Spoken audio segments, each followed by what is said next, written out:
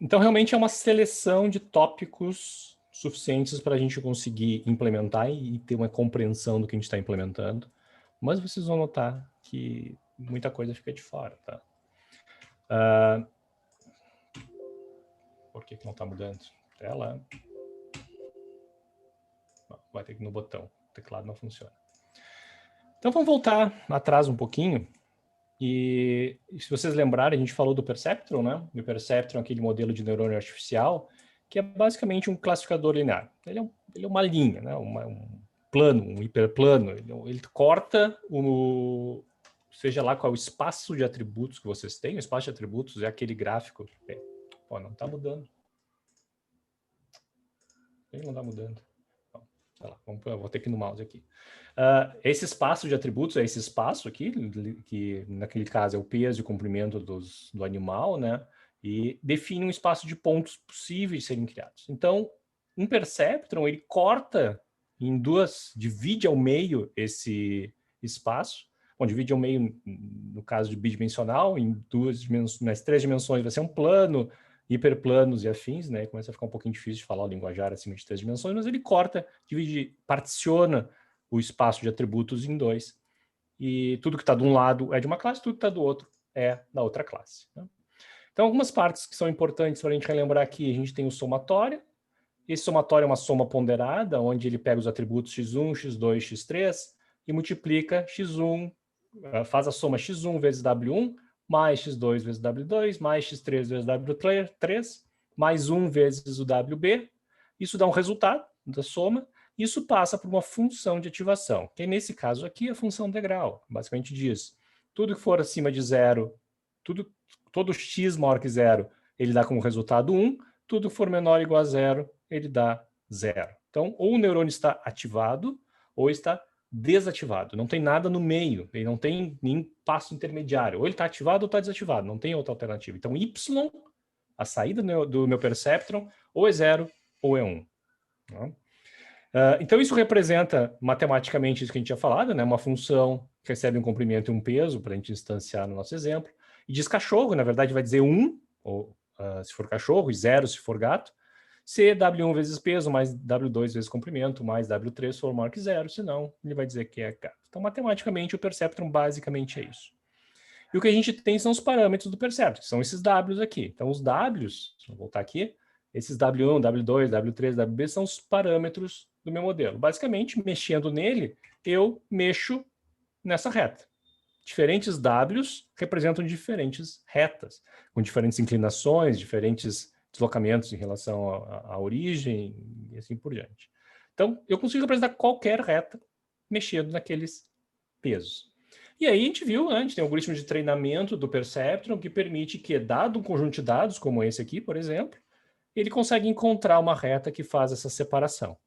Essa separação só vai ser adequada se o meu problema for linearmente separável. O que quer dizer ele ser linearmente separável?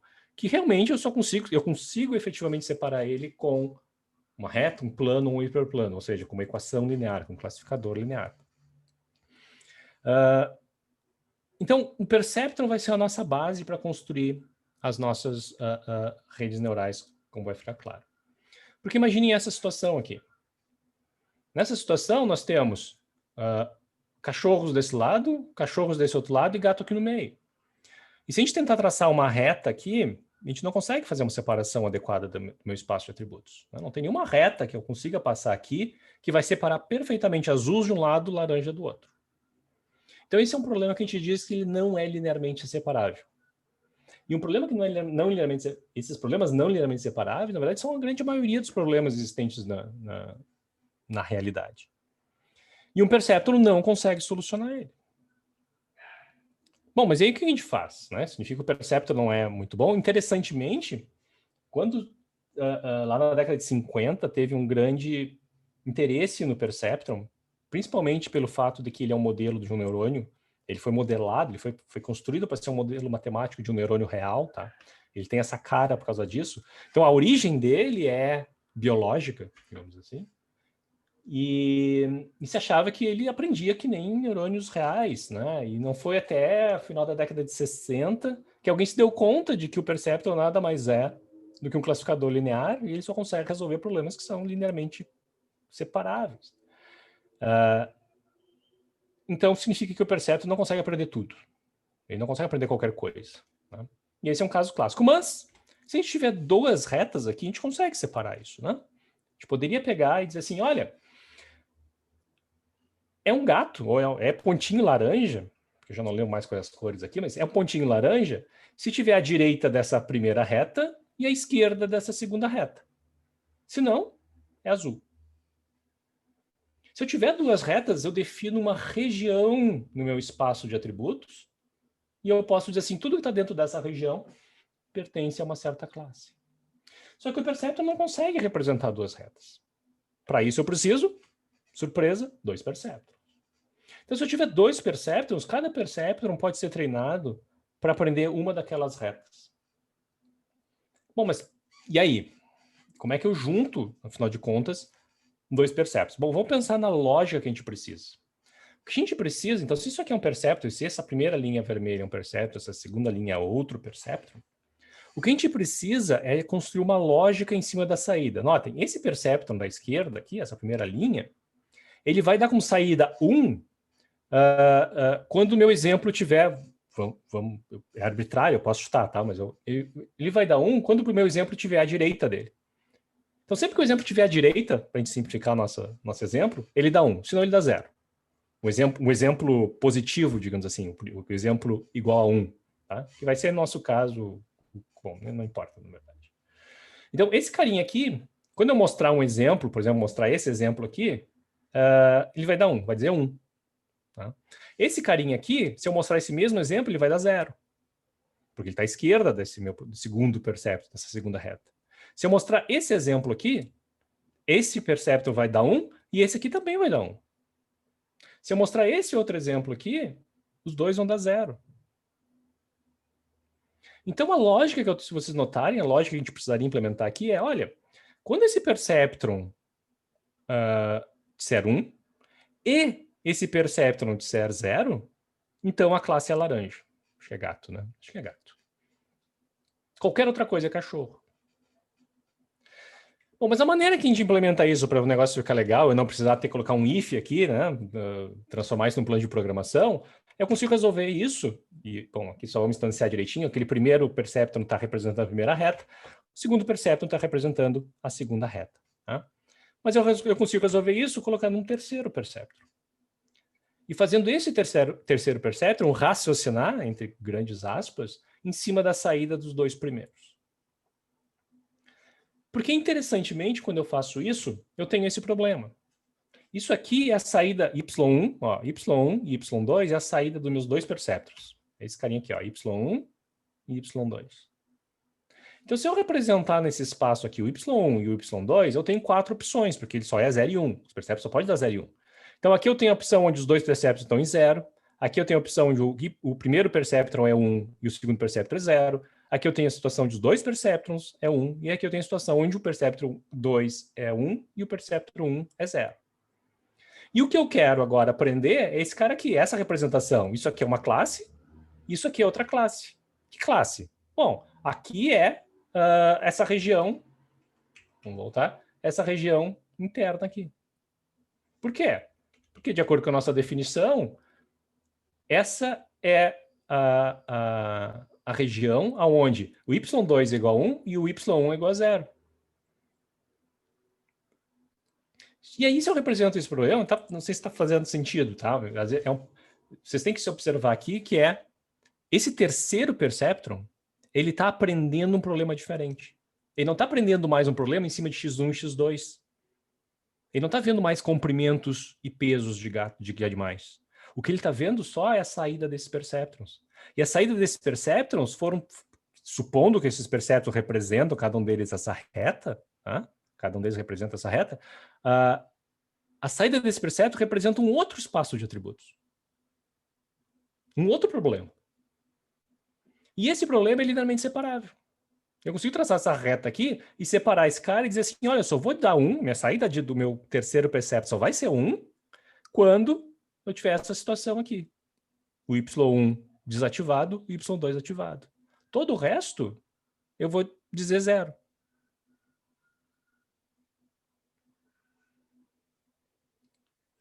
Então, apesar de ser dessa rede, isso a gente ia chamar de uma rede neural.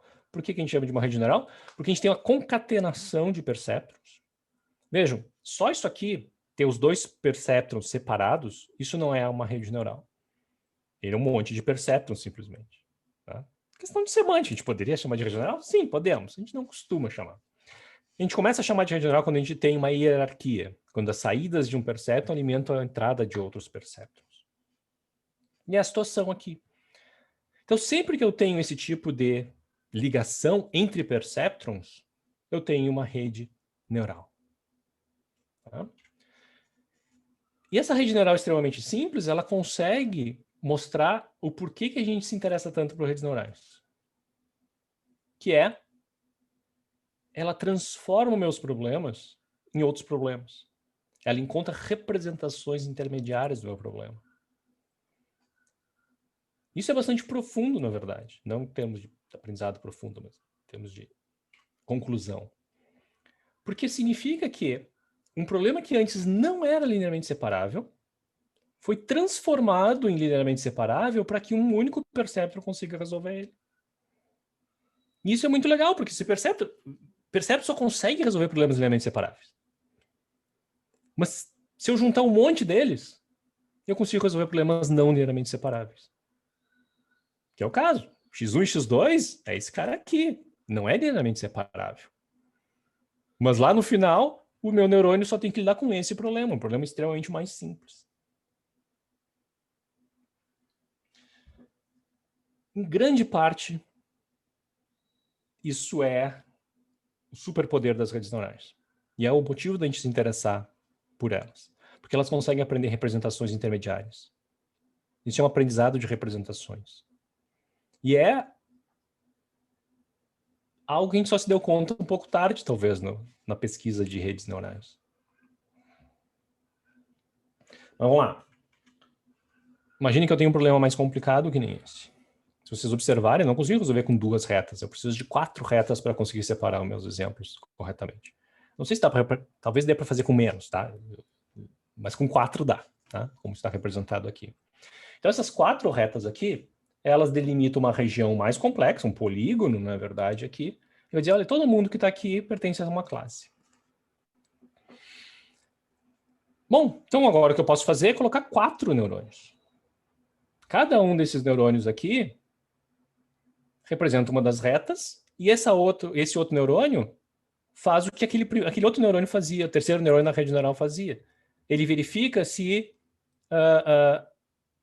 os pontos estão dentro desse polígono. Ou seja, ele faz um E lógico. O E lógico é, se todo mundo estiver ativado, ou pelo menos se esse estiver ativado e aquele estiver desativado, ele consegue fazer negações, porque esses pesos aqui podem ser negativos, tá? Então eu consigo negar trivialmente, mas não importa. Para fim de simplificação, o que esse cara está fazendo aqui é dizendo assim, olha, se todo mundo aqui ativar, então eu ativo.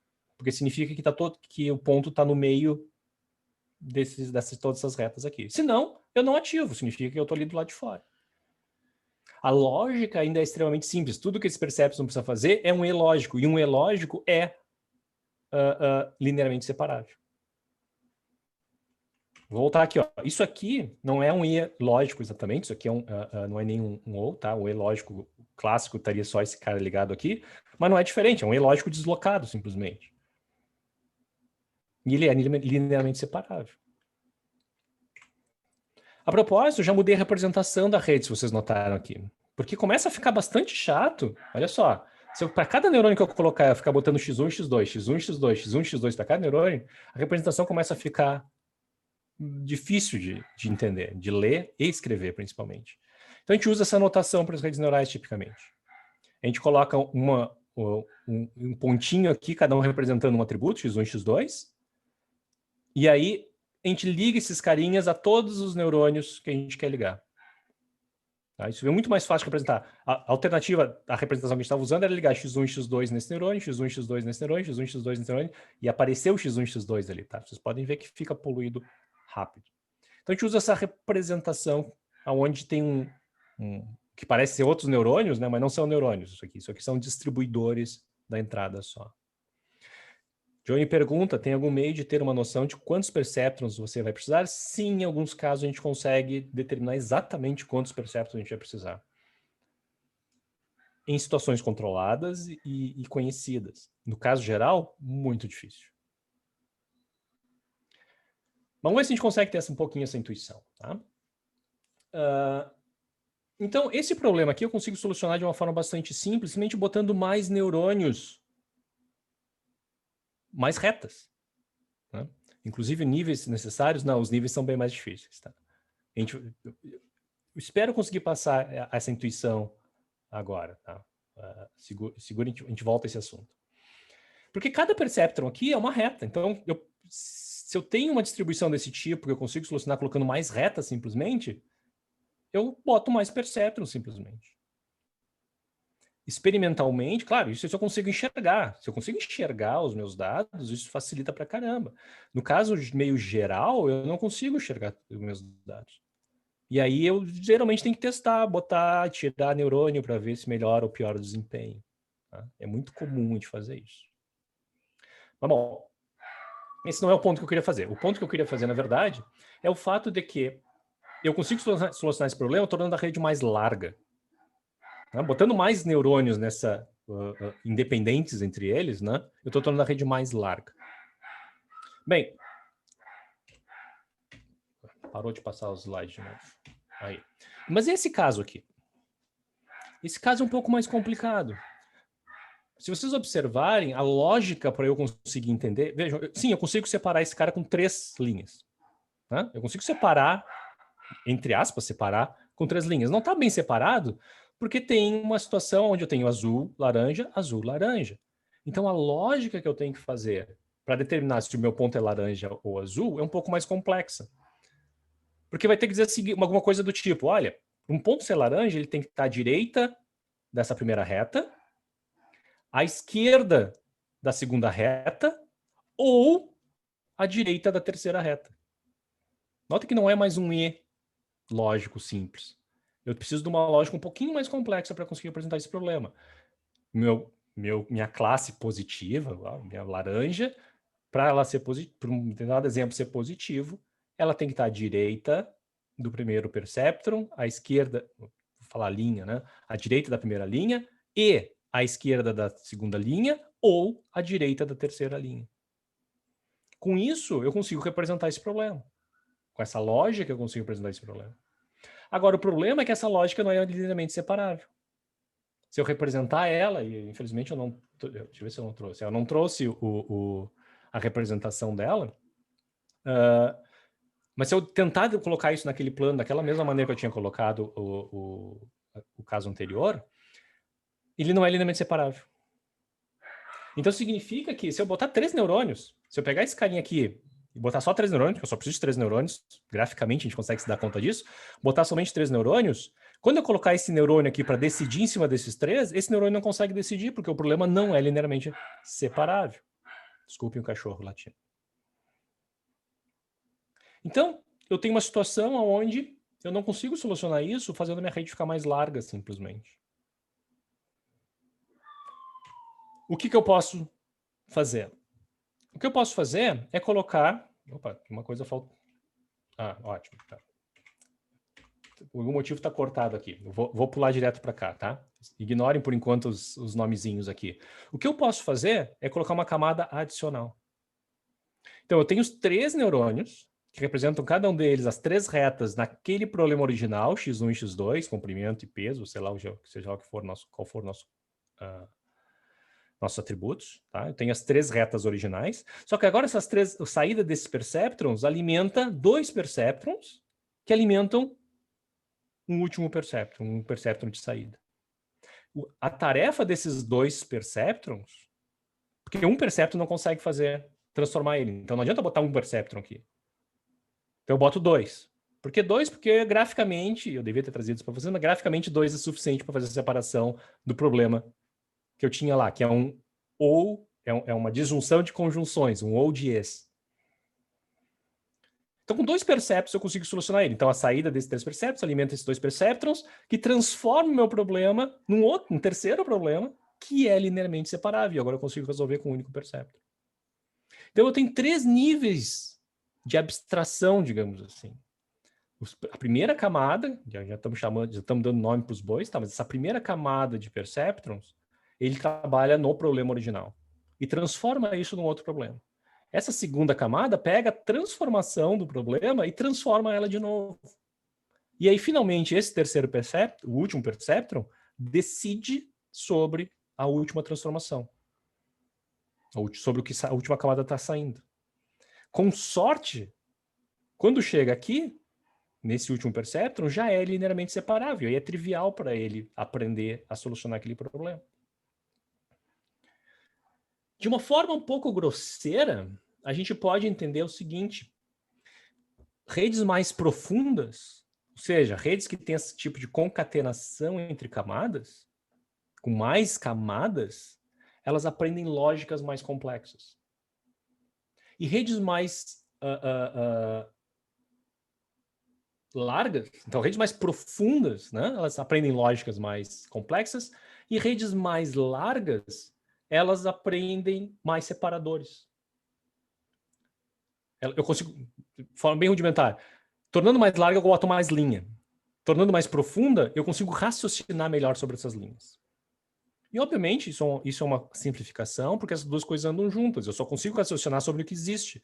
Se eu tenho linhas insuficientes, não tem lógica que compense isso. Eu não consigo... Se eu tiver só um único neurônio para trabalhar, não tem lógica nenhuma para fazer. Ou o negócio está de um lado ou está do outro, não tem mais nada para pensar. Então, eu preciso que as duas coisas andem juntas para uma rede neural funcionar. Ela precisa ser larga o suficiente e ela precisa ser profunda o suficiente. Até que ponto? Até o ponto que o meu problema exigir. Problemas mais complexos podem exigir redes mais profundas, ou redes mais largas, ou ambos. Mas isso que é legal da rede neural. O fato de que ela aprende transformações em cima dos meus dados que torna o problema mais simples. Ela aprende a simplificar o meu problema. É isso que ela aprende. Ela aprende a simplificar o meu problema. Para que ela consiga solucionar. Já que a gente está dando nome para os bois, já vamos dar os nomes bonitinhos. Esse tipo de arquitetura se chama Multilayer Perceptron. Perceptron de múltiplas camadas. Talvez uma questão óbvia, né? Ela é composta de perceptrons e ela tem um monte de camada. Mas para tornar... Não é a única maneira de eu ligar neurônios, tá? Nada me impede que eu pegue a saída desse neurônio aqui e ligue direto na saída desse cara aqui. Nada me impede que eu pegue a saída desse neurônio e ligue na entrada desse. Eu posso fazer o que eu quiser. Mas para simplificar a especificação da topologia de redes neurais, surgiu esse conceito de multilayer perceptron, que é uma representação hierárquica de redes neurais. É um tipo de rede neural que impõe restrições em quem pode ligar em quem. E ela é composta de camadas. Basicamente, ela tem 3 tipos de camadas. A camada de entrada, que não é composta de perceptrons de verdade. Isso aqui são distribuidores só. Mas é só uma maneira de a gente olhar e saber quantas entradas minha rede tem. Eu tenho uma ou mais camadas ocultas. Aqui eu tenho 2 camadas ocultas, uma de 3 neurônios e outra de 2. E uma camada de saída, que pode ter mais de um perceptron. Aqui é representado com um único perceptron, mas eu posso ter mais de um perceptron. Por exemplo, se eu tenho mais de uma classe, aliás, eu tenho mais de 2 classes, eu tenho, tem 3 classes, eu tenho lá os pardais, esqueci o nome dos passarinhos que estão brincando, o João de Barro e... esqueci. Pardal? Talvez. João de Barro, Cardial e Sabiá, isso aí.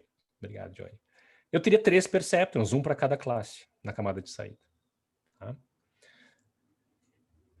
E a restrição que a MLP tem é que as camadas são totalmente conectadas às suas camadas vizinhas. Então, essa camada aqui, essa primeira camada oculta, ela é totalmente conectada a essa segunda camada oculta. Nota, esse perceptron liga nesse e liga nesse. Esse aqui liga nesse e liga nesse. Esse aqui liga nesse e liga nesse. Esse aqui liga nesse e liga nesse. Bom, porque só tem um, né? Isso é o que a gente chama de fully connected. Vocês vão ouvir bastante esse termo, fully connected. Camada fully connected é quando eu tenho uma camada totalmente conectada à camada vizinha. E o multilayer perceptron é totalmente composto desse tipo de camada fully connected. Todo mundo é sempre conectado a todo mundo. Por que isso me ajuda? Porque para definir uma rede neural, eu agora só preciso de alguns parâmetros. eu preciso saber...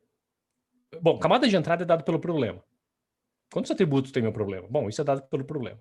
Camada de saída também é dado pelo problema. Tipicamente é o número de classes que eu tenho. Exceto se for um problema de regressão, né? Que eu quero prever um número específico, eu vou ter que ter um neurônio diferente ali, tá? Mas não é o problema que a gente está trabalhando aqui. Mas é tipicamente dado pelo problema. Então, o que eu posso especificar? As camadas ocultas. E eu só tenho dois parâmetros. Quantas camadas ocultas eu tenho? Bom, dois não, né? Mas quantas camadas ocultas eu tenho e quantos neurônios eu tenho em cada camada oculta.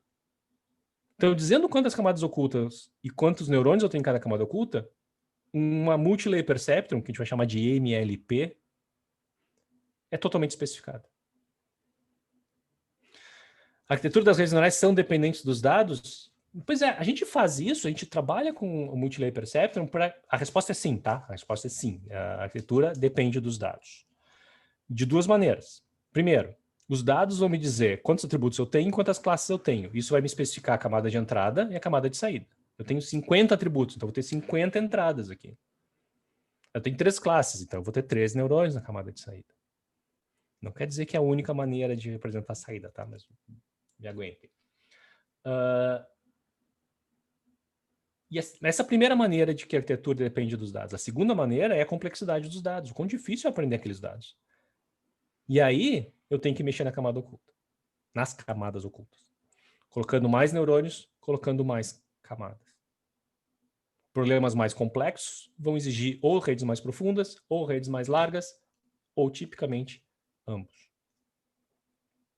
Então, sim, a resposta é que a arquitetura da rede é totalmente dependente dos dados. Exceto que a gente não sabe exatamente como funciona essa dependência. A gente tipicamente não sabe quantos neurônios a gente tem, quantas camadas ocultas a gente precisa, nem quantos neurônios a gente precisa botar em cada camada oculta. Ou mais ou menos. Porque... Opa, cadê? Tá mais para frente. Eu não consigo ver os próximos slides, então eu me perco um pouquinho, tá? Por quê? Porque a gente vai ver que redes neurais com pouquíssimas camadas são extremamente poderosas já. Então, teoricamente, tudo que eu precisaria mexer é no número de neurônios. E, de fato, foi isso que a gente fez durante muito tempo. Até os anos 2000, tudo que a gente fazia era botar mais neurônio em uma ou duas camadas ocultas. Nós já vamos chegar lá. Se vocês tiverem mais... se vocês quiserem falar em qualquer momento, é só levantar a mão, tá? Eu acho que eu consigo ver. Ou use um chat, não tem problema. Cadê? Pega, me perdi aqui. Aham. Tá. Ok, então isso é MLP, né? De forma bem grosseira, a gente vai trabalhar com essa ideia de que eu preciso de redes profundas para ter lógicas mais complexas e redes mais largas para ter mais particionamentos no meu espaço de atributos. Opa, lado errado. Como é que eu treino esse negócio? Se vocês lembrarem... Aliás, vamos voltar aqui, vamos voltar no Perceptron original e vamos lembrar como é que a gente treinava ele. A maneira que a gente dava para o Perceptron original era colocar um exemplo, tá? Vou pegar uma linha dos meus exemplos lá, alimentar o meu Perceptron, calcular a saída do somatório, calcular a saída da função de ativação, e ele vai dizer 1 ou 0. Como é um exemplo de treinamento, eu sei o que deveria estar saindo. Então, o que eu faço é subtrair o que está saindo do que deveria estar saindo. E isso me dá um erro. Se a saída é igual ao que deveria estar saindo, o erro é 0. Se não, pode ser -1 ou pode ser 1. Né?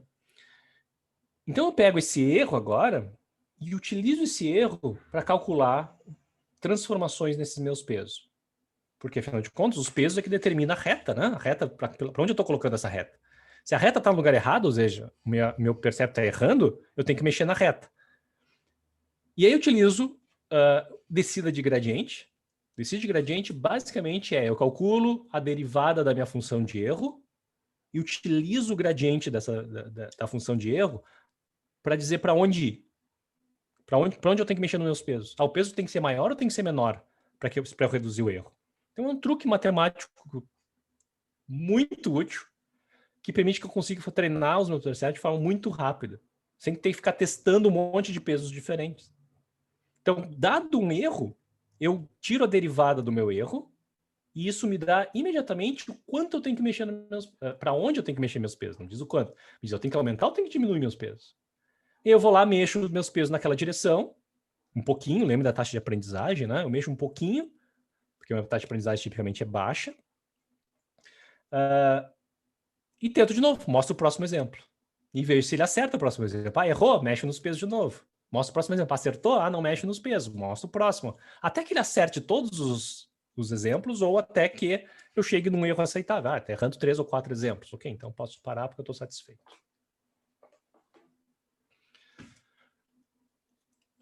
É recomendado visualizar os dados primeiros para criar a rede? O Ulisses falou bem ali. Sim, é recomendado. Se tu conseguir. Se tu tem, imagine que teus dados são imagens, que nem vocês estão trabalhando. Como é que eu visualizo exatamente 800 imagens? O que eu visualizo? O que eu deveria estar visualizando?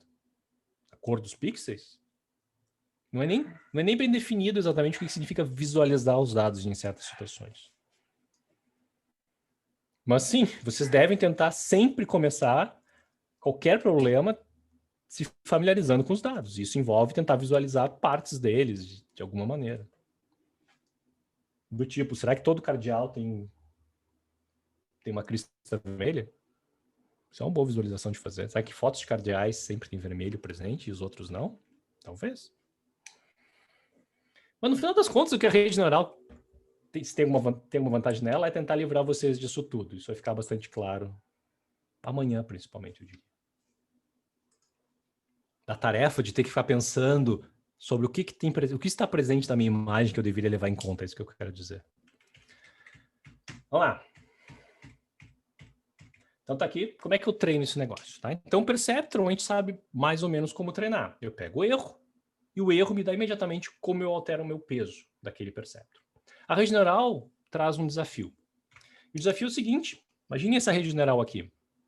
Bom, o algoritmo que a gente vai ver por cima é backpropagation, o nome, tá? Algoritmo de retropropagação do erro. Ninguém chama disso, todo mundo chama de backpropagation, porque a gente é vendido assim por inglês, tá? E ele funciona o seguinte, ele tem o seguinte desafio. Um pouquinho de história só. Nesse livro, Perceptrons, que mostrou que o Perceptron nada mais é que um classificador linear, provou que o Perceptron é um classificador linear, eles já mostram que para conseguir aprender coisas não lineares, você precisa de uma rede neural. Tá?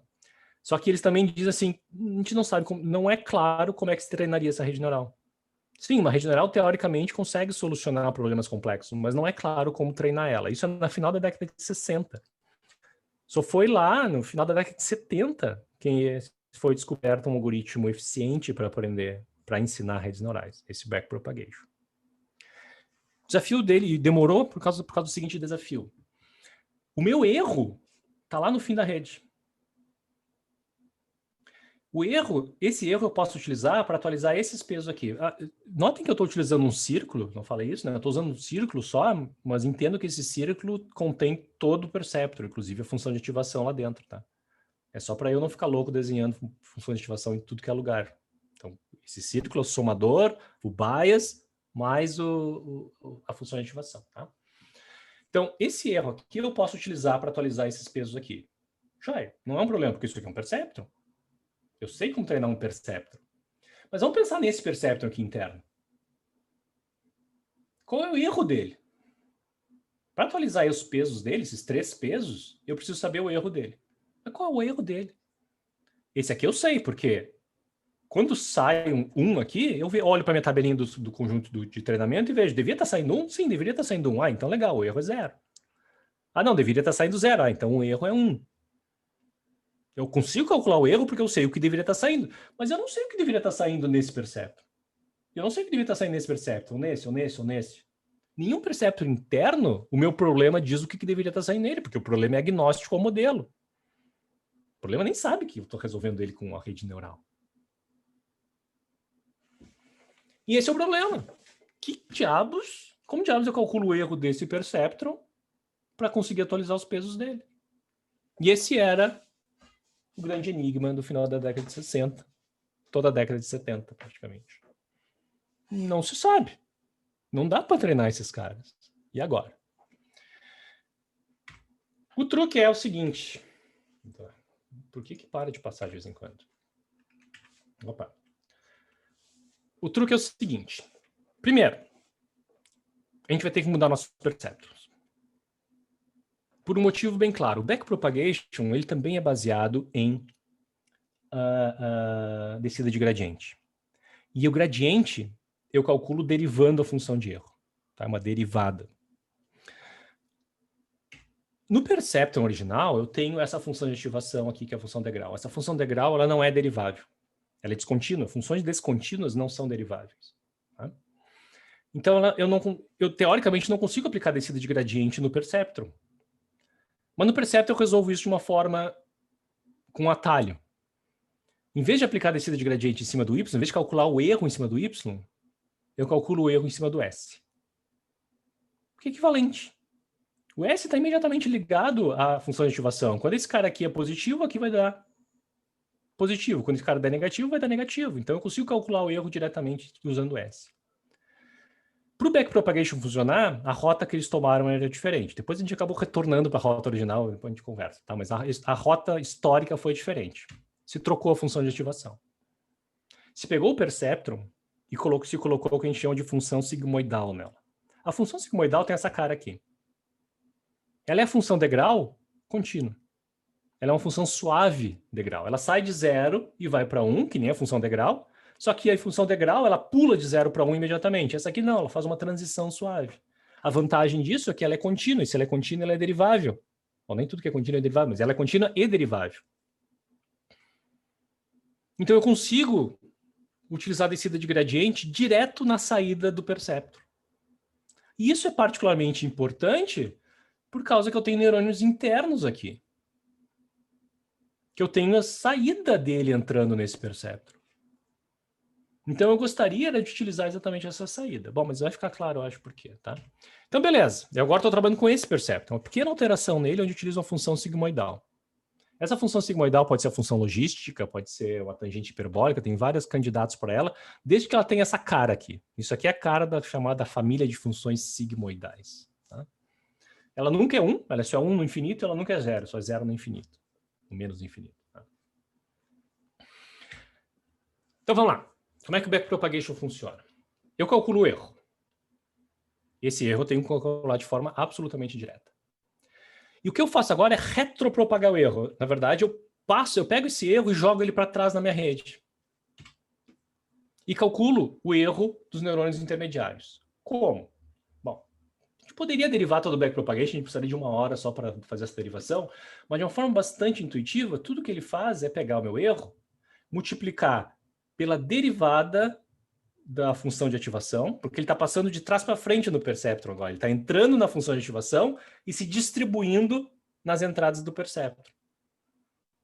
Por isso que é retropropagar, né? Está indo de trás para frente. Multiplica pelo... Então, ele passa por aqui, entra na função de ativação, entra no peso e vem parar aqui. Então, ele é multiplicado pela função de ativação, pela derivada da função de ativação, e é multiplicada pelo peso. Mais algumas coisinhas lá que não nos interessa agora. E isso me dá esse delta, que eu estou chamando de delta aqui. Isso aqui é o quanto desse erro, a magnitude do quanto desse erro é atribuível a esse neurônio. Backpropagation é um algoritmo de distribuição de crédito, ou de débito, já que a gente está trabalhando de erro. Tá? Ele pega aquele erro e distribui e diz, olha, tu é responsável por tanto desse erro, tu é responsável por tanto desse erro. Intuitivamente, pense que esse peso aqui é 0. Se esse peso for 0, está ligando o neurônio 4 ao neurônio 6, for 0, o 4 não tem nenhuma responsabilidade em cima do erro. Porque não importa a saída do 4. Nada chega no 6. Então o 4 pode mudar à vontade os seus pesos, que nunca vai alterar a saída do 6. Então ele não é responsável pelo erro, ele não tem responsabilidade em cima do erro. Agora, se esse peso aqui for 10 e esse peso aqui for 1, pô, o 4 tem uma baita responsabilidade em cima do erro. 10 vezes mais do que o 5. Porque qualquer alteração no 4, ele é 10 vezes... o termo da soma do 4 é 10 vezes maior que o termo da soma do 5, quando eu faço o somatório dentro do 6. Então, de certa forma, a magnitude do peso, não só a magnitude, mas o sinal também, tá? Me diz o quão responsável aquele neurônio é pelo meu erro. Simplificando um pouquinho, mas a ideia básica é essa. E eu posso fazer isso para calcular agora o erro do 5. E agora, como eu sei o erro do 4 e do 5, eu tenho como atualizar o peso do 4 e do 5, que é o que a gente queria. A gente agora sabe como atualizar os pesos internos. Se eu quero atualizar da outra camada agora, eu pego esse erro, o 4, e retropropago do 4 e do 5, né? Nota que o 1 está ligado tanto no 4 quanto no 5. Então eu tenho que retropropagar o erro do 4 para o 1 e o erro do 5 para o 1 de volta também. E somar esses dois erros, não é uma soma direta, tem que passar pela derivada da função de ativação, vezes o peso, vezes a entrada, vezes... e somar tudo isso, e aí vai me dar o erro do neurônio 1. E eu agora tenho como atualizar esses dois pesos. Da mesma forma, eu posso pegar, retropropagar o do 4 e do 5 para calcular o do 2, calcular o do 3, e no final eu sei o erro de todos os meus neurônios, eu tenho como atualizar todos os pesos. A partir do erro lá na saída da minha rede neural, eu tenho como atualizar todos os pesos da minha rede neural, usando o algoritmo de backpropagation dessa forma. Isso foi uma revolução, porque agora eu consigo treinar umas redes neurais como vislumbrado nesse livro do Perceptrons, que consegue solucionar problemas bem mais complexos do que um Perceptron consegue. De fato, um multilayer perceptron com duas camadas ocultas é um aproximador universal. Ele é teoricamente capaz de aproximar qualquer função. Então, por isso que a resposta para a pergunta, que eu já não lembro mais qual era, não lembro mais qual é a pergunta, não estou achando aqui, mas era que tudo que eu preciso, no final das contas, é mexer... Se eu tiver duas camadas, eu só preciso mexer no número de neurônios. Porque eu consigo aproximar, eu consigo representar qualquer função que eu queira, qualquer função. Lembre, aprendizado de máquina é aprender uma função. Eu quero encontrar a função que consegue separar meus dados. E uma rede neural com duas camadas aprende qualquer função. Não é tão simples assim, pelo simples motivo de que duas camadas é suficiente, é necessário, desculpem, mas não é suficiente. Eu preciso ter um número de neurônios adequados em cada uma dessas camadas. E eu não sei quantos neurônios eu tenho que colocar nessas camadas. Então, ainda que baste duas camadas ocultas, isso não me ajuda muito. Porque eu vou ter que testar quantos neurônios eu vou colocar em cada uma dessas camadas. Mas isso é encorajador. Porque basicamente está me dizendo que, pô, uma rede neural ela tem o potencial de suplantar todos os outros modelos. De ser um modelo único, porque ela representa qualquer outro modelo. A árvore de decisão representa. Bayesiano representa qualquer função. Mas esse não é o único motivo que a gente gosta deles. Ou não é ou como é que ela faz isso, no final das contas. Tem um casinho aqui, ó, eu acho que eu tenho azar, a gente vai estourar um pouquinho de tempo, tá? Mas eu gosto desse exemplo aqui, tá? Ele não é muito necessário, mas eu gosto desse exemplo. Imagine que eu tenho essa rede neural. Essa rede neural é um autoencoder, que a gente diz. O que eu quero é que a entrada seja igual à saída. Então, meus exemplos é composto... Eu tenho 8 neurônios na entrada, eu quero que seja no que eu botar na entrada, eu quero que saia exatamente na saída. Mas eu vou colocar uma restrição adicional. A entrada só tem uma entrada ativa por vez. Então, isso aqui é uma entrada 1000000. Aí a saída tem que ser igual, 100000. Ou 010000. A saída tem que ser 010000. Somente posso ter um único 1 nessa pilha de zeros, nessa pilha de valores. Ou seja, só um neurônio pode estar ativo por vez. Essa é a minha restrição. Mas o que eu quero é que ele aprenda a replicar o que está na entrada e na saída. Então, a maneira que eu faço isso é construir um tabelão onde eu tenho 8 atributos, 8 saídas, e treino meu algoritmo com backpropagation. Eu treino minha rede neural com meu backpropagation. Se eu faço isso com essa rede, que tem 3 neurônios na camada oculta, uma única camada oculta, 3 neurônios na camada oculta, tá? Agora vocês já conseguem ver. Isso aqui é minha camada de saída, de entrada. Isso aqui é minha camada de saída. Isso aqui não são neurônios próprios, tá? Mas esses caras aqui são. Eu devia ter feito eles maiores, mas não estava cabendo. Tá ficando feio. Isso aqui é minha camada oculta. Parece uns bombonzinhos aqui. Com 3 neurônios na camada oculta, eu consigo aprender perfeitamente esse problema. Ele resolve o problema. Ele replica perfeitamente a entrada na sua saída. Se eu boto 4 neurônios, ele demora um pouquinho mais para aprender, mas aprende. Boto 5 neurônios, aprende. Demora um pouquinho mais, mas aprende. Se eu boto 2 neurônios, ele não aprende mais nada. Ele não consegue aprender. Alguma teoria de por quê? Por que 3 é um número necessário para eu aprender esse problema? Alguém arrisca?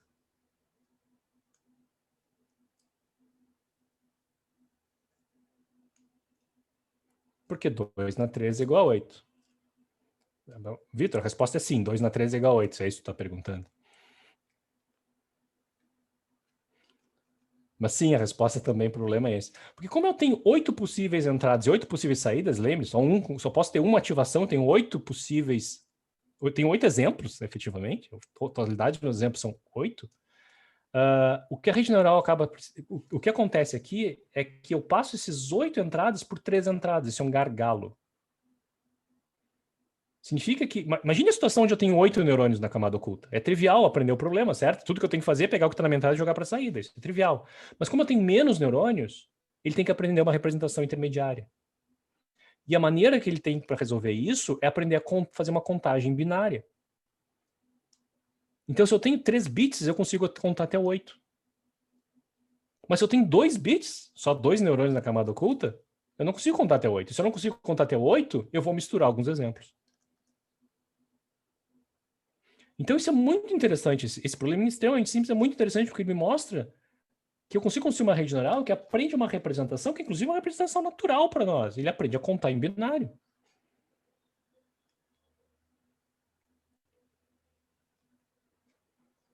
E essas duas coisas eu acho que é a coisa legal de rede neural. É o fato dela ser um aproximador universal, que tem um interesse mais teórico do que qualquer outra coisa, não nos ajuda muito na prática isso, mas o fato de que a rede consegue aprender coisas intermediárias. Germano pergunta, pode-se considerar o conceito de full connect como uma restrição? É uma restrição no sentido de que eu restrinjo os tipos de arquiteturas que eu posso construir, porque eu exijo que as camadas sejam totalmente conectadas entre elas. E podem existir arquiteturas mais eficientes para certos problemas, mas é mais complicado, porque especificar arquitetura se torna um problema bem complexo. Então a gente prefere manter uma modular. Essa arquitetura modular nos ajuda em muitas maneiras. Mas existem situações onde vocês têm que jogar isso para a janela. E vão construir uma arquitetura totalmente não convencional, tá? Pode ser necessário. Tá. Então esse é o backpropagation, gente. Opa, por que ele está repetindo aqui? Ah, tá. Tudo muito bem, tudo muito bonito. Mas o backpropagation tem um problema. E o problema dele... Então... o backpropagation fez durante a década de 80 e 90 redes neurais explodir em popularidade. Tá? Todo mundo queria usar na década de 80, queria usar redes neurais. Na década de 90, não tanto. Durante a década de 90 foi dominada por uma técnica chamada SVM, máquina de vetor de suporte. Tá? Mas durante a década de 80, e boa parte da década de 90, com certeza a rede neural era muito popular. E se mostrou que eles aplicavam um monte de situações interessantes. Mas a gente começou a observar que ela não era muito boa em certos problemas. Tinha diversos problemas onde a rede neural não saía bem. Tanto que a SVM acabou suplantando redes neurais durante a década de 90, que se mostrou que ela é mais flexível. Tá? Mas por quê? Por que se observou isso? O problema é o seguinte. Isso aqui é a derivada da minha função sigmoide. Tá? Em laranja ali, é a derivada da minha função sigmoide. E o que a gente observa é o seguinte. Ela, para começar, é um valor relativamente baixo, né? O pico dela é em menos de 0,3, mas ela vai a 0 nas extremidades da minha função. Aqui, essa função aqui, ela está representada de uma forma que eu consigo enxergar ela bonitinha, mas esse valor de x, ela pode ser consideravelmente maior, porque, veja, o resultado do somatório do meu neurônio que vai entrar na função de ativação. Esses valores podem ser bem grandes. 100, 200, 1000. Então, significa que se eu for bem para a direita aqui, ou bem para a esquerda, a derivada da minha função é quase 0. E aí isso é um problema. Por que isso é um problema? Por causa disso aqui. Quando eu retropropago esse erro para cá, ele passa pela derivada da função de ativação, que é um valor bem pequenininho, próximo de zero. Significa que esse erro é pequenininho. Quando eu pego esse erro pequenininho e jogo ele para cá, ele passa de novo pela derivada da função de ativação, que é um valor pequenininho, e esse erro aqui é menor ainda que aquele lá. Isso acontece um problema que a gente chama de gradiente dissipante.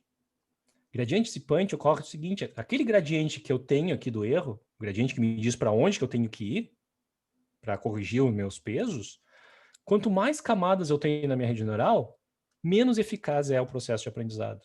A ponto de que, se eu botar 3, 4 camadas, a gente vai ver agora experimentalmente isso, esse erro é tão pequeno que eu não consigo atualizar meus pesos. Ele para de aprender nas camadas iniciais. E se ele para de aprender nas camadas iniciais, eu não consigo aprender aquelas representações necessárias para que as últimas camadas consigam fazer a separação linear.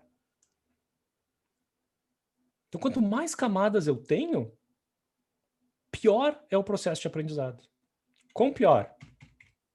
Isso aqui é a acurácia no problema que vocês estavam brincando lá, digits, um MLP simples, tá? Onde eu altero o número de camadas. Eu começo com uma acurácia com uma única camada oculta, número de nômios fixos, tá? Para simplicidade. Lá perto de 0,70, 70% de acurácia. Com 2 camadas já cai para menos de 0,4. Com 6 camadas ou maior, isso aqui é igual a chute aleatório, né? 10% é chute aleatório, ele está chutando. Não está aprendendo nada. Então, note como cai rápido isso com o número de camadas. A acurácia decresce muito rápido, exponencialmente. O decrescimento é exponencial com o número de camadas. Então, isso basicamente significa o seguinte: redes neurais do tipo MLP, pelo menos, elas não conseguem aprender problemas muito complexos. Porque notem, apesar de MLP com 2 camadas ser um aproximador universal, isso não me ajuda muito, porque eu não sei, o problema maior não é o fato de ele conseguir representar ou não, é eu encontrar representação. Para encontrar representação, a melhor maneira de eu fazer isso é quebrar meu problema em problemas menores, ou seja, ter múltiplas camadas. Se eu reduzo para 2 camadas só, com um monte de neurônio, é como se eu tivesse uma agulha num palheiro. É muito difícil encontrar esse cara. Os pesos corretos, no caso. Esse cara é os pesos corretos. Então é muito melhor ter uma rede mais fina e mais profunda. Se torna mais eficiente encontrar essa agulha. Porque é como se eu entrasse num labirinto agora.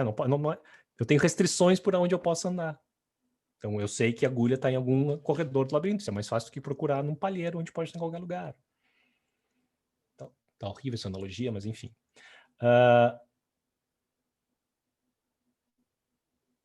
E aí, então, devido a esse problema, as redes neurais começaram a dizer, tá, mas a gente não sabe, a gente não consegue aprender essas coisas. A gente não consegue aprender redes neurais profundas.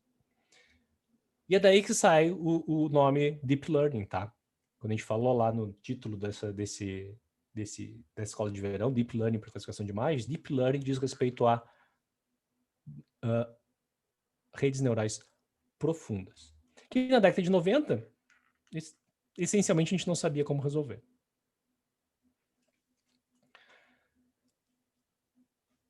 Mas a gente aprendeu eventualmente, tá? E uma das maneiras que a gente aprendeu foi meio que voltar lá para o Perceptron e dizer assim, cara, e se a gente pegar uma função de ativação cujo gradiente não é horroroso que nem da função sigmoide? E uma função bastante popular, que é praticamente a principal função que vocês vão ver com todas as redes neurais profundas, é a função ReLU, Rectified Linear Unit, unidade linear retificada. E ela tem essa cara aqui. Ela é basicamente uma função linear. O x o y é igual a x para todo valor positivo e ele é 0 para todo valor negativo. Qual é o legal disso aqui? Que a derivada dessa reta é a própria reta. Desculpem, a derivada dessa reta é uma reta horizontal, que é a inclinação dessa reta. Ou seja, eu não tenho dissipação de gradiente. E aí, quando eu boto essa ReLU, No problema do Digits ali, eu tenho a comparação aqui. Em azul, eu tenho a função logística como função de ativação, e em laranja eu tenho a função relu. E notem, com mais camadas ele fica melhor. Bom, tem um pouquinho de ruído ali porque eu não fiz mais de uma vez esse experimento, tá? Eu rodei uma única vez para largar ali, mas eu deveria ter feito a média de vários experimentos porque tem um pouquinho de ruído. Ele sempre inicializa de forma aleatória, né? Mas dá para ver que pelo menos ele não piora com mais camadas. Ainda que é difícil de argumentar que ele está melhorando. Então a Relu foi um baita achado. Porque eu consigo tornar redes extremamente profundas. Só que não é o único problema que as redes neurais enfrentam. Um outro grande problema é, e se eu tenho entradas enormes, com um monte de atributos, uma imagem? Como é que eu boto uma imagem na minha rede? Bom, para botar a imagem na minha rede, eu tipicamente transformo isso num vetor. Tá? Eu pego aquele primeira linha, concateno com a segunda linha, com a terceira linha, e gero um vetorzão. E agora eu ligo cada uma desses pixels, cada uma dessas posições do vetor, a todos os neurônios na minha primeira camada oculta. Peguem aí uma imagem, que resolução de imagem vocês estão trabalhando lá onde vocês trabalharam ontem? Uma ideia? Não... Tá, mas vamos pegar uma imagem relativamente pequena. Vamos pegar uma imagem de 144 por 144. Vai lá. Porque eu não sei de onde achei isso, mas enfim. Vai dar 20 mil. 144 por vezes 144 dá 20 mil e quebrados aí. Pixels. Né? Então significa que se eu tiver, digamos, 10 neurônios na camada oculta, eu vou ter que ligar cada um desses 20 mil pixels a cada um dos 10 neurônios. Eu vou ter 200 mil pesos só na primeira camada. 200 mil pesos é um monte de peso. Bom, sim, então agora não tem tanto problema com gradiente dissipante, mas eu tenho outro problema, que é o fato de que eu tenho um palheiro gigantesco para encontrar minha agulha. Eu vou ter que ter tanto peso para atualizar que eu vou precisar de uma quantidade de imagens gigantesca para mim conseguir atualizar esse monte de peso. Via de regra, quanto mais parâmetros tem meu modelo, mais exemplos eu preciso para ajustar esses parâmetros. Não é sempre verdade, tá? Mas, enfim. Então significa que com a MLP convencional, apesar de não ter tanto problema com gradiente dissipante mais, utilizando funções de ativação mais modernas, entre aspas, eu continuo com o problema de que se eu tenho uma quantidade de atributos absurdamente grande, eu gero uma rede gigantesca que é muito difícil de aprender.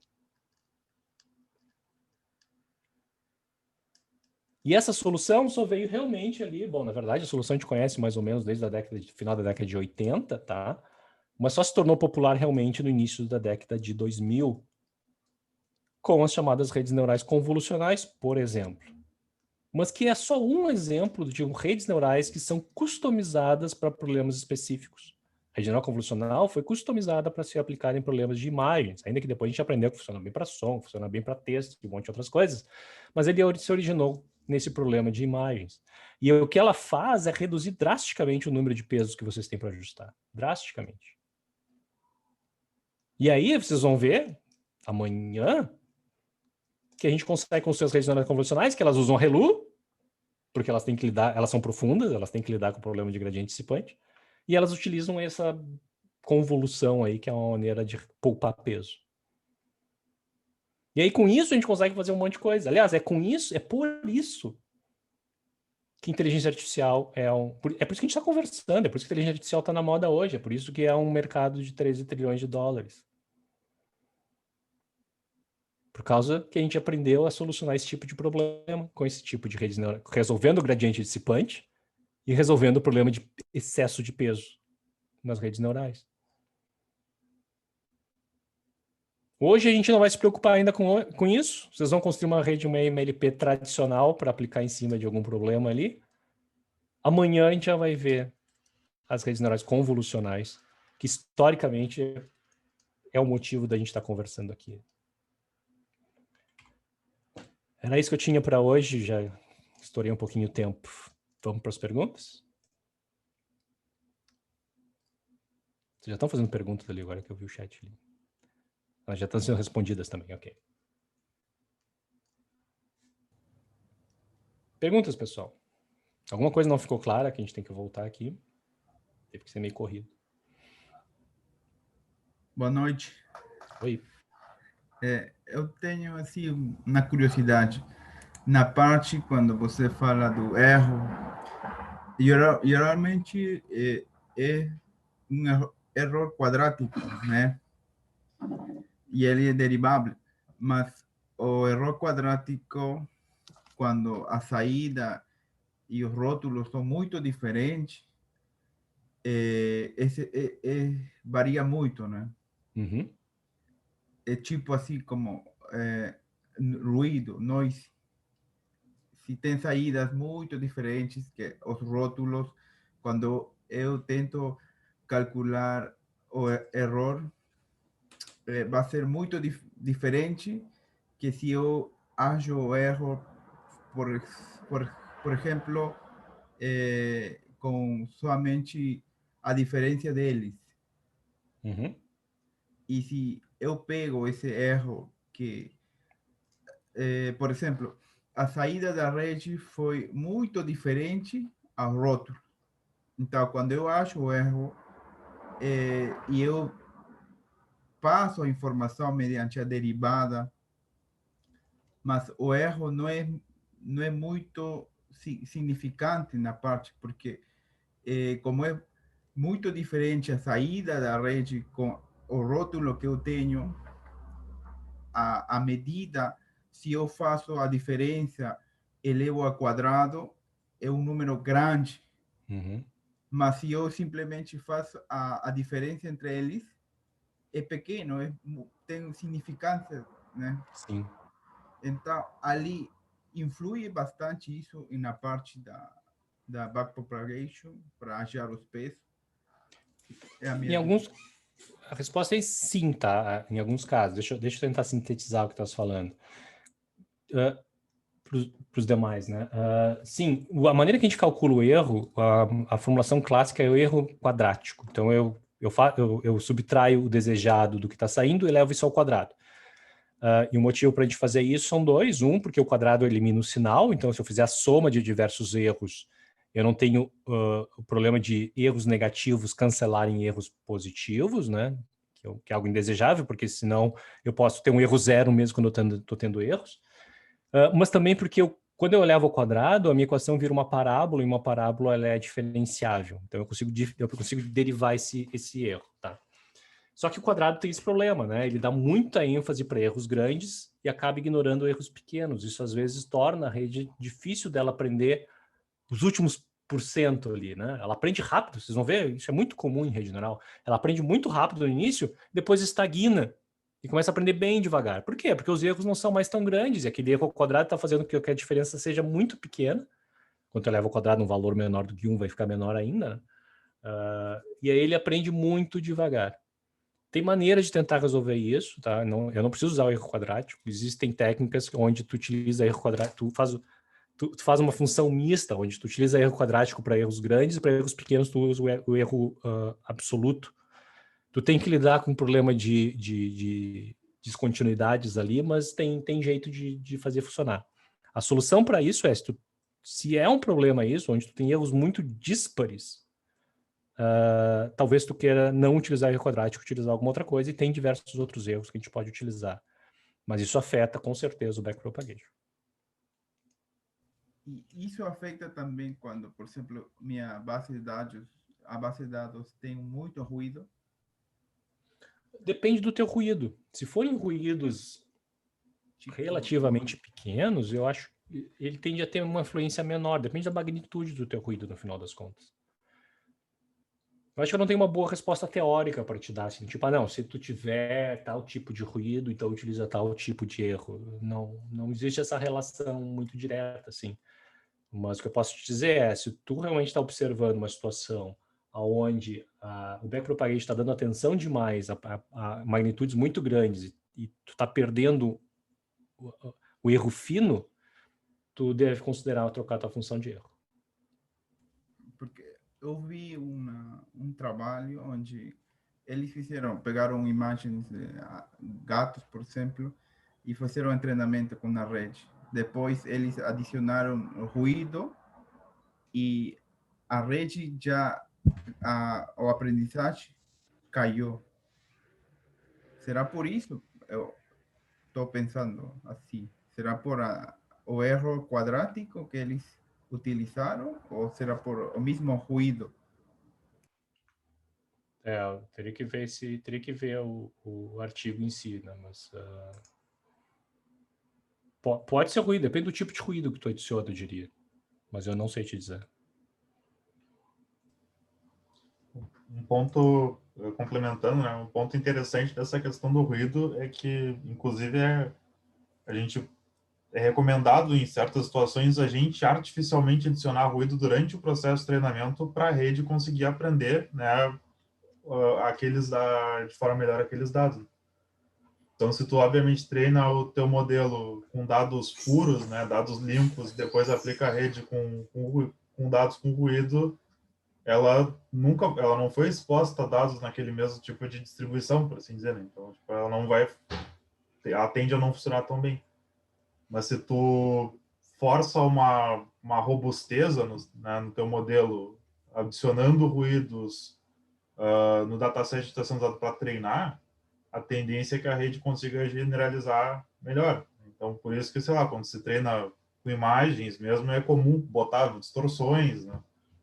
Então, existem vários artifícios para lidar com isso à medida que tu vai criando modelos mais complexos, né?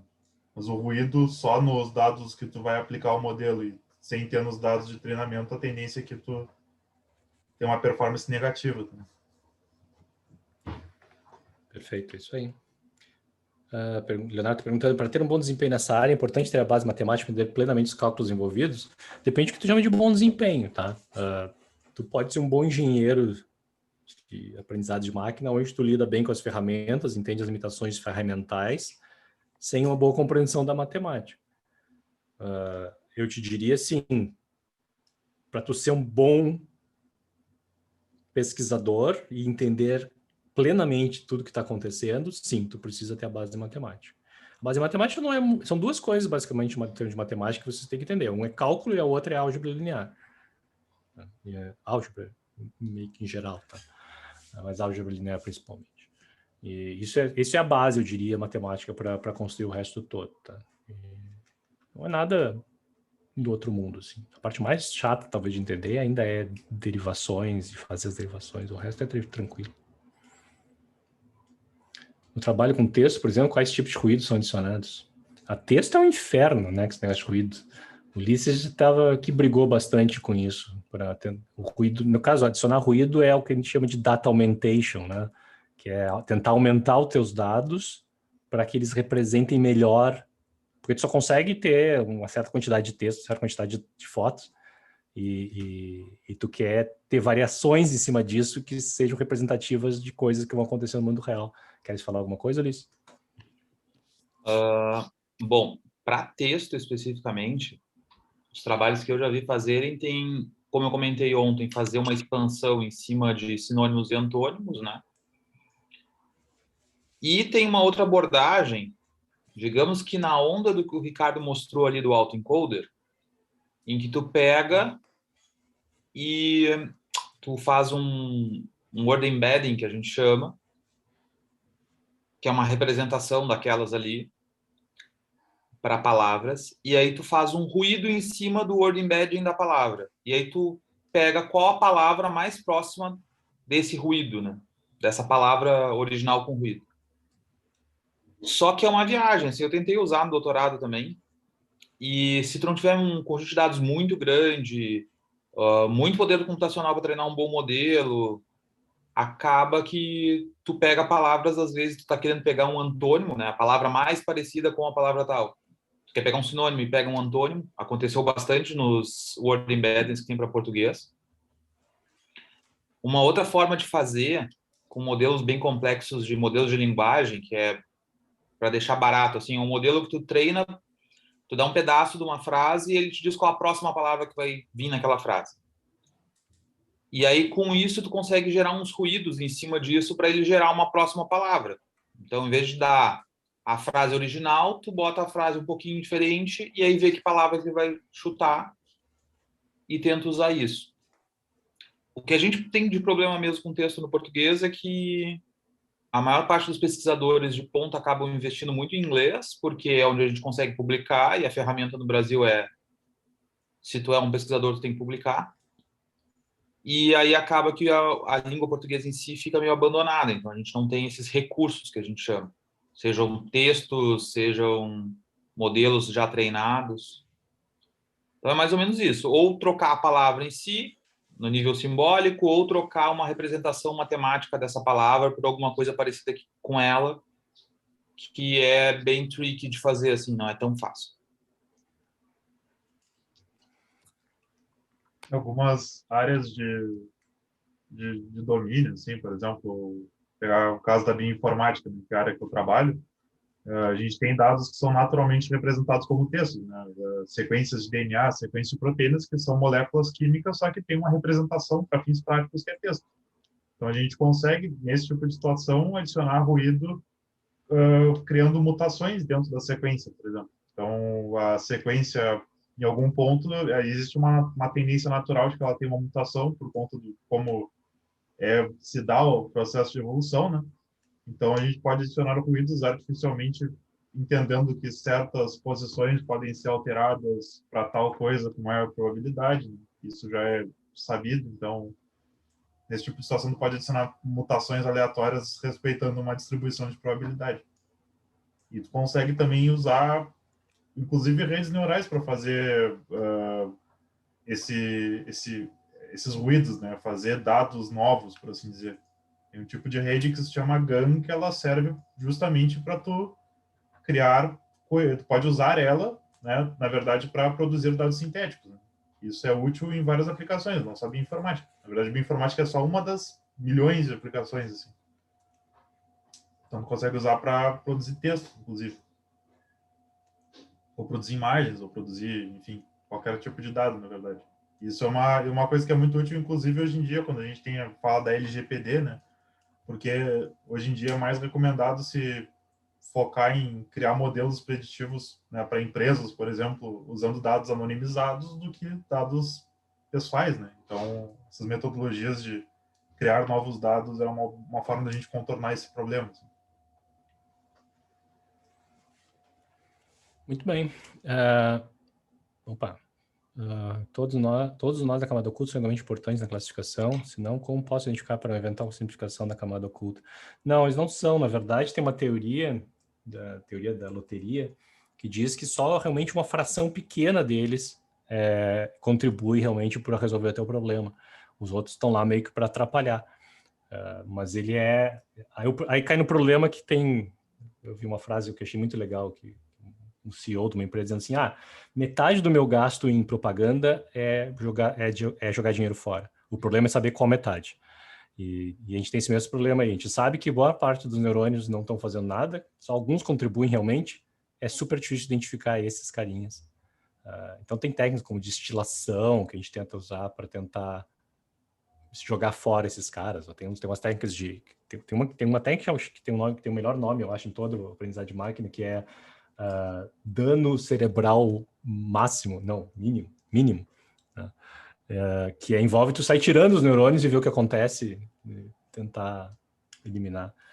Mas, então, não são igualmente importantes. O que a gente tem aprendido nos últimos anos é que a rede neural coloca uma importância maior. Dano cerebral ótimo, perfeito. A rede neural aprende... A maneira que a rede neural aprende é dar mais ênfase em certos caminhos dentro da rede neural e menos em outros. Então, não é igualmente importante.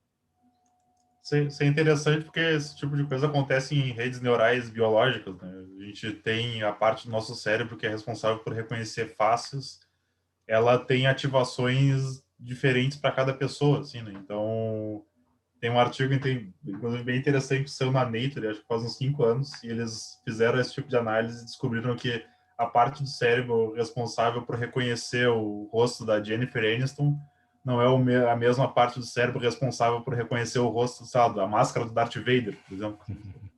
E esses foram os exemplos que eles daram no paper, assim, então... Faz sentido, né? A quantidade de gente que tem dano cerebral porque atravessou um prego no cérebro e o cara segue funcionando sem problema nenhum, já demonstra de que tem partes do cérebro que não tem grandes funções, realmente. Tem a questão também da representação distribuída, né? Por mais que uma seja mais importante, tu tem aí tu ainda tem tipo, várias regiões contribuindo para o resultado final, né? Backups, vários backups.